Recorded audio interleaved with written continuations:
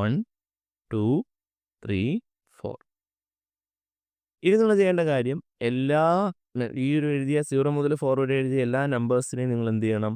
4 കൊണ്ട് എന്ത് ചെയ്യുക? ഡിവൈഡ് 0/4 1/4 2/4 3/4 4/4. ഇനി എല്ലാത്തിനും നിങ്ങൾ എന്തെടുക്കുക? റൂട്ട് എടുക്കുക. Root 1/4 root 2/4 root 3/4 root 4/4. നോക്കിയോ, വളരെയധികം ഈസിയാണ്. 0 എനി നമ്പർ ആൻസർ എന്താണ്ട? 0. റൂട്ട് 0യുടെ വാല്യൂ എത്രയാണ്? 0. അപ്പോൾ ഇതിൻ്റെ ആൻസർ എന്താണ്ട? 0. സൈൻ 0 എന്താണ്ട? 0 ആണ്. നെക്സ്റ്റ് നമുക്ക് അടുത്ത കാര്യം റൂട്ട് 1/4 അല്ലേ? അപ്പോൾ റൂട്ട് 1/√4. റൂട്ട് 1ൻ്റെ വില എത്രയാണ്? 1. റൂട്ട് 4ൻ്റെ വില എത്രയാണ്? 2 അല്ലേ? അപ്പോൾ 1/2. അപ്പോൾ സൈൻ 30യുടെ വില എത്രയാണ്? നിങ്ങൾ നോക്കിയേ. സൈൻ 30 = 1/2 അല്ലേ? സോ ആൻസർ എന്താണ്ട? 1/2.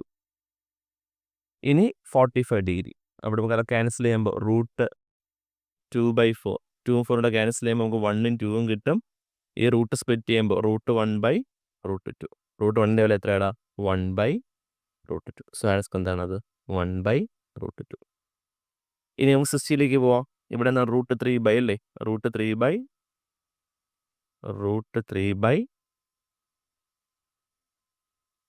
Root of 3/4. ഇതിനെ സ്പ്ലിറ്റ് ചെയ്യാം. റൂട്ട് 3/√4 എന്ത് കിട്ടും? റൂട്ട് 3/√4ൻ്റെ വില എത്രയാടാ? 2. ആൻസർ നമുക്ക് എന്ത് കിട്ടും? റൂട്ട് 3/2. നോക്കിക്കേ, സൈൻ 60 വില എത്രയാണ്? റൂട്ട് 3/2 അല്ലേ? ഇനി സൈൻ 90ലേക്ക് വരാം. 4/4 എത്രയാണ്ടാ? 1 ആണല്ലേ? റൂട്ട് 1ൻ്റെ വാല്യൂ എത്രയാണ്? 1.